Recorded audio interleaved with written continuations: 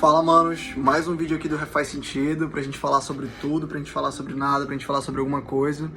E a gente vai conversar um pouco sobre medo, sobre o que a gente tem medo, né? Como que a gente lida com o nosso medo e como que ele atrapalha ou ele nos ajuda a crescer na vida. Bem, esse tema surgiu muito por conta de uma conversa que eu tive com um de vocês que me segue aqui. Você sabe que eu tô falando com você. E ela me compartilhou, a pessoa, me compartilhou a experiência que ela tinha com o medo, né? E eu decidi refletir um pouco sobre o que ela me falou e trazer aquilo pra minha realidade. Eu sempre gostei muito de filmes de terror. Quando eu era pequeno, né? Tinha, sei lá, meus 11, 12 anos. Eu e meu irmão, a gente ficava horas na locadora pra gente escolher um filme. E toda vez era esse dilema, sabe? Com o rapaz que trabalhava lá. Qual que é o filme que mais dá medo? Quais são os novos lançamentos e tal? E pra mim ele era um cara super legalzão, porque ele sabia de todos os filmes um pouco. E ele sempre indicava um filme pra gente, sempre superava nossas expectativas. Então, pra mim era o rolê, sabe? Tipo, ir pra locadora, escolher um filme de terror e passar por aquele medo junto ali. O nosso objetivo era muito claro, a gente escolhia um filme pra superar o que a gente tinha visto antes. Então, se a gente tinha medo de um filme, se a gente tinha medo do Jason, a gente agora tem medo do Fred. E a gente queria sempre subir no nível, entendeu? E aí a gente ia superando nossos limites de medo, até mesmo os limites da idade, às vezes. E essa era uma experiência com medo. E foi assim por um bom tempo. Acho que talvez uns 4 anos da minha vida. Por aí. E nesse rolê cinematográfico foram várias vezes, assim, incontáveis as vezes em que a gente ia dormir cagado de medo, assim, pensando assim, meu Deus do céu, como é que eu vou dormir agora? Caramba, será que tem alguma coisa embaixo da minha cama? Eu não posso mais ir no banheiro porque pode ter alguém lá. Meu Deus, eu tenho que fugir dos espelhos. Então, assim, a gente ficava tenso. Era um negócio, assim, de deixar os negócios loucos. Só que o tempo foi passando e a gente foi descobrindo que não tinha nada demais. A gente só tava vendo um filme e que no final das contas não tinha ninguém embaixo da cama. A gente podia sim ir ao banheiro e não ia achar ninguém lá. Eu podia me olhar no espelho e a única coisa que eu ia enxergar era eu mesmo. Então a gente foi acostumando que aquilo era só um filme, que aquele medo era só aquilo. Não ia ser além daquilo pra gente. A gente entendeu que aqueles monstros dos filmes, aqueles assassinos, aquilo tudo não existia na nossa realidade. Então a gente simplesmente superou isso. E até hoje eu assisto filmes de terror, sou fanático, todo filme que sai no cinema eu tô no cinema pra assistir, acho sensacional. E uma das grandes lições que eu aprendi com eles foi que a gente não pode fechar os olhos no jump scare.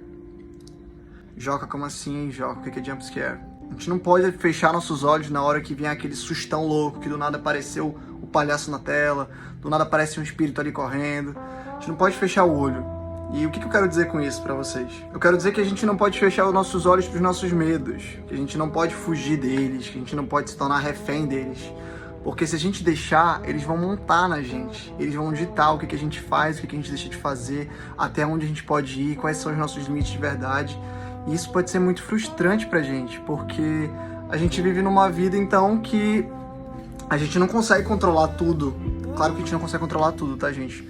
Mas que eu digo assim, a gente não consegue controlar o que a gente conseguiria se não tivesse medo, entende? E nessa eles ficam guardados dentro da gente, só esperando o momento certo pra atrapalhar uma oportunidade que pode ser única na nossa vida. E assim, longe de mim querer falar pra você que você tem culpa dos medos que tem, mas nesse meu discurso de não fuja dos seus medos, enfrente eles de certa forma, o que eu quero dizer é, você tem como lidar com eles de outras formas, sabe?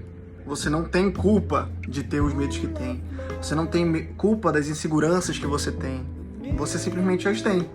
E você tem que saber lidar com eles, porque ao passo que você não tem culpa de ter medo e insegurança sobre alguma coisa, você pode ter culpa sim da maneira que você lida com o seu medo. E outra coisa, todo mundo aqui já é grandinho o suficiente para saber que ter medo não significa ser uma pessoa frágil, não é uma fragilidade, sabe? Você não é uma garotinha porque você tem medo.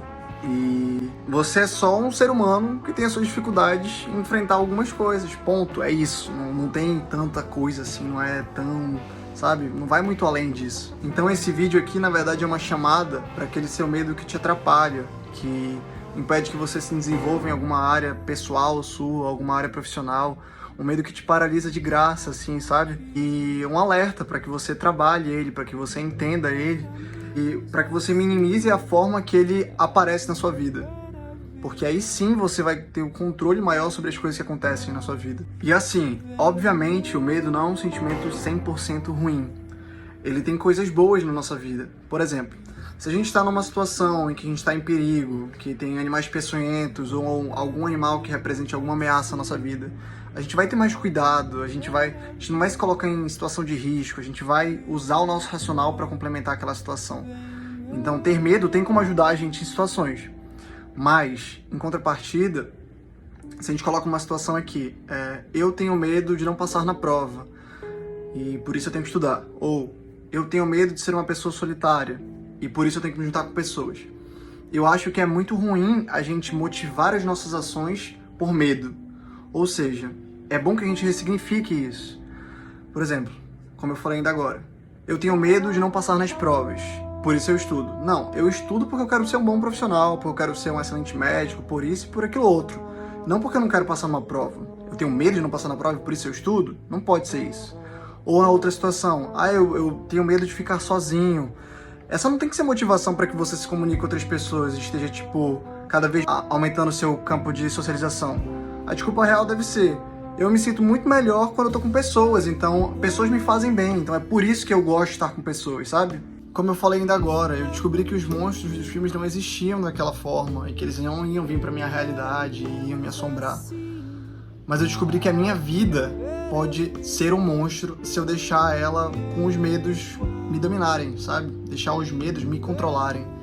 Eu tenho que tomar as rédeas disso. E eu sei que não é fácil, sabe?